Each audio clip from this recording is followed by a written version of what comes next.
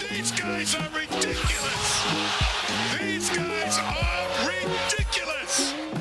Now, how about them damn Celtics? And we are back with another How About Them Celtics video. Sam and I are here on Tuesday, April 30th, in between games 4 and 5 of Celtics Heat first round. And we're talking about Kristaps Porzingis because what else would we be talking about right now? As a reminder, as always, make sure to leave a like on the video and subscribe to the How About Them Celtics YouTube channel. We'd appreciate it both of those things very, very much. We just recently passed 2.4 thousand subscribers. The road to 2.5K is real. We would appreciate a subscription. Just click the button. Anyways, Kristaps Porzingis hurt his calf. His what is it called? What is it? Soleus? Soleus. I was about to say subpoena. Jury duty is still kicking around in my brain. No, you do one thing. I know, right? One thing outside of basketball, and that's all I can remember. Hurt his soleus. He's out for game 5, which is tonight as you're listening to this. A report that he's going to miss several games, which, yeah, cool. Miss a minimum of several games. Yeah. Woj really, with the, I didn't study for this test, but I'm going to write a long-winded answer to make you believe that I know the material type of report. It is, he needed to get to his word count, so he had to fit in as many things as he could. That said, Adam Himmelsbach of the Boston Globe actually did have some things of substance that came out 4 minutes ago.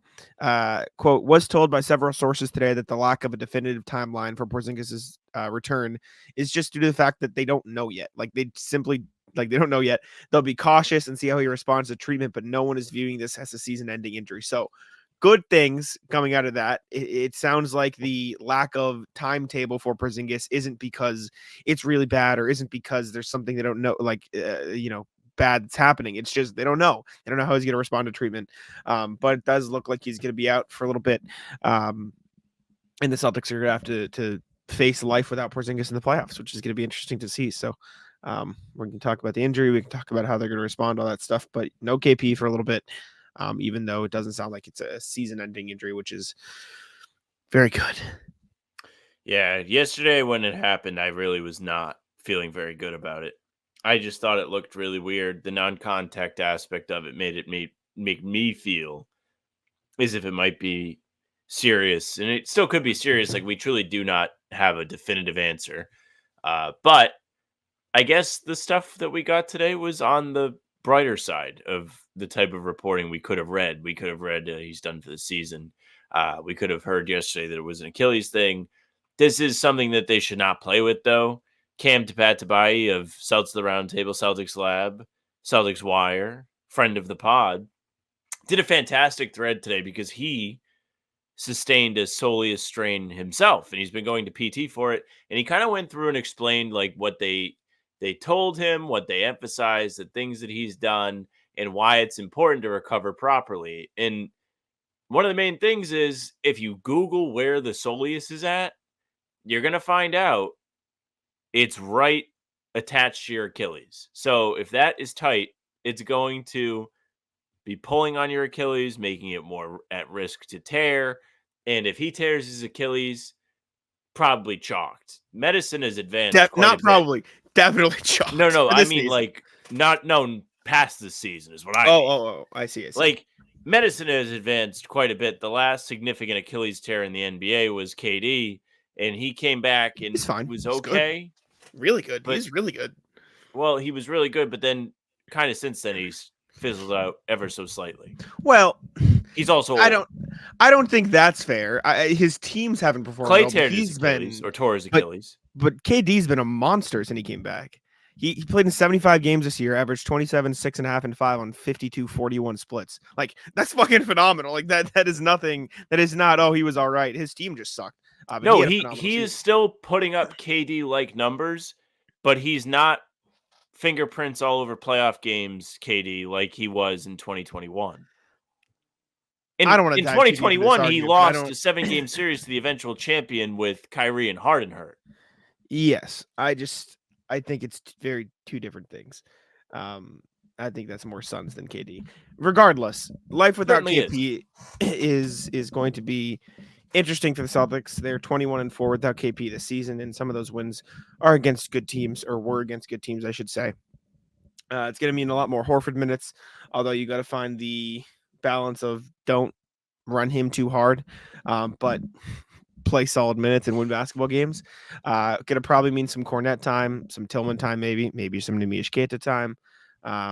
It's going to be interesting to see how it pans out. My biggest thing, and I asked this on Roundtable, and I want to talk about it here too.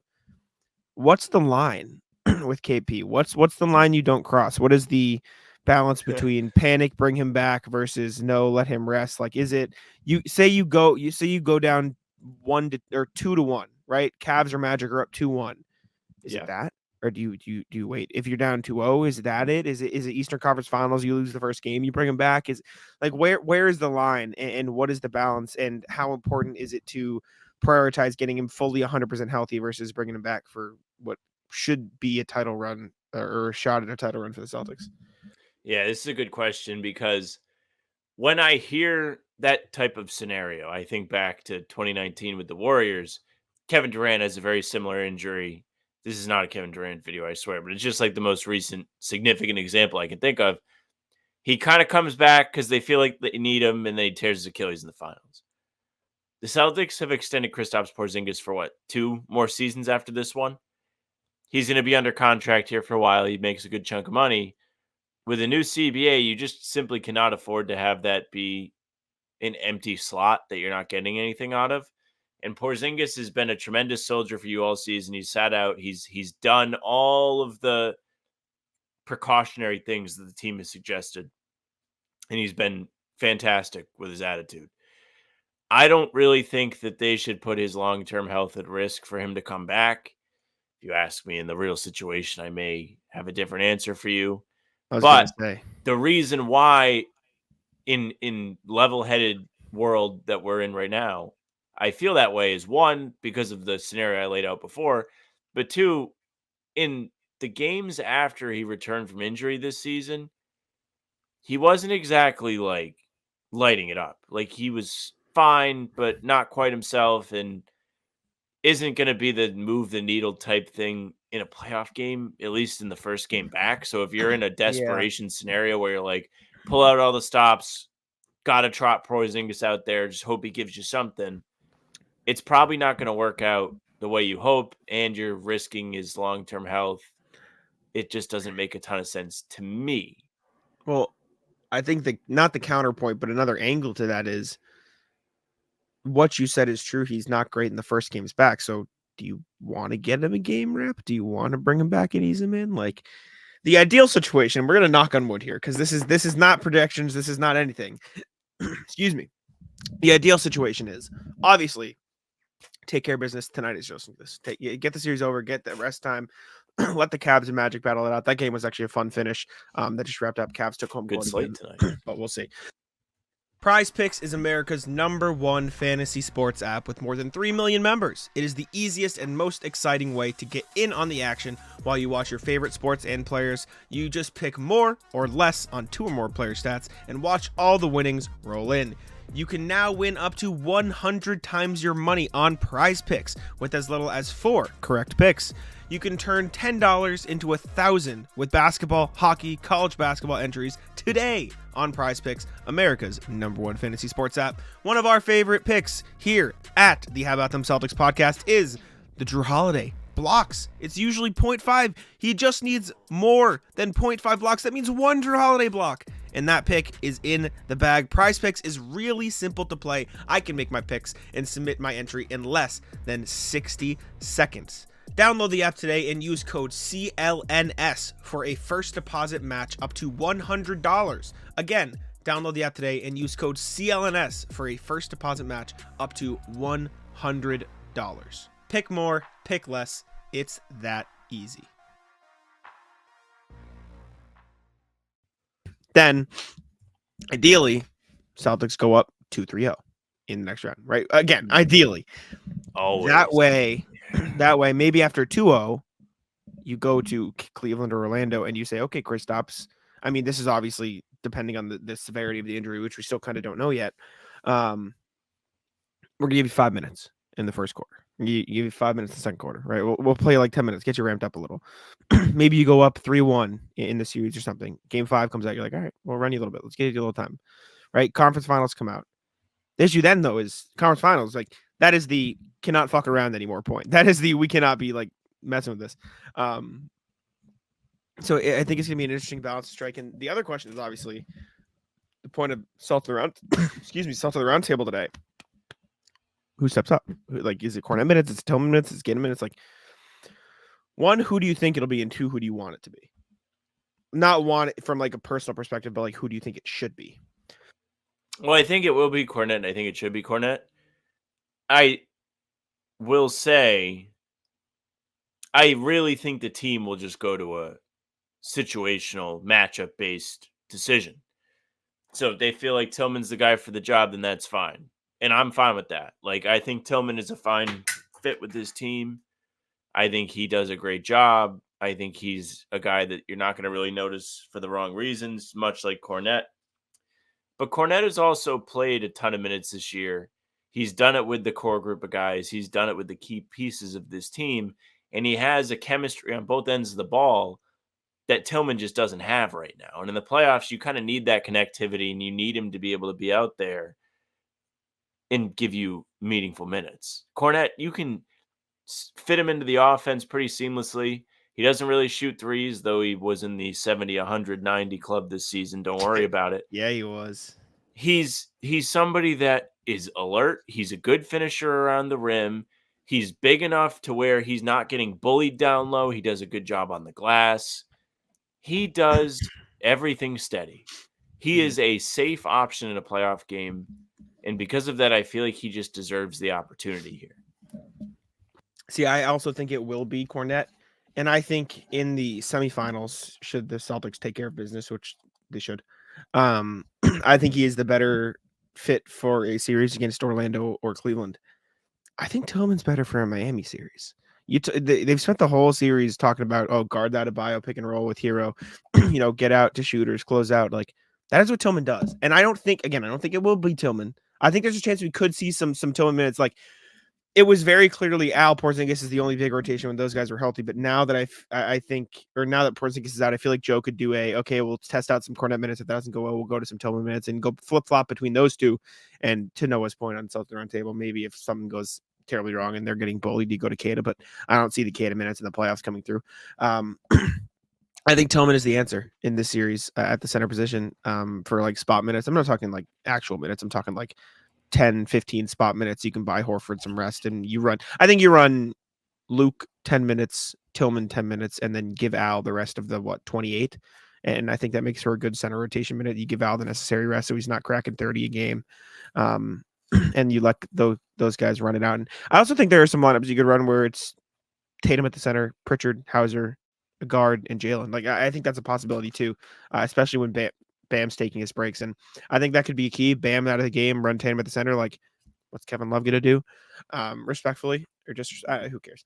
The Celtics should be fine, though. I think that the conclusion is the Celtics were good. And I think somebody wrote it for Celtics blog.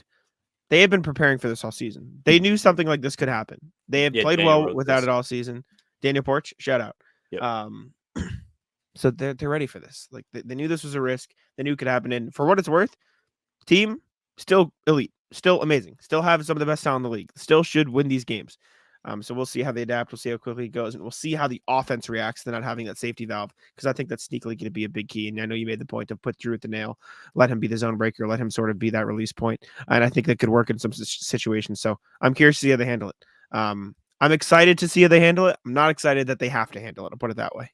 That's a good point. I think the Miami big man matchup is an interesting one because Tillman, similar frame to Horford, a little smaller. Bam has struggled with the length of Porzingis. He hasn't done a great job of shooting his jump shots over Porzingis. He hasn't done a great job finishing with Porzingis as a defender. That is despite Porzingis not being a very, by NBA center standard, strong guy. Luke Cornet is probably stronger than Porzingis. He's more physical.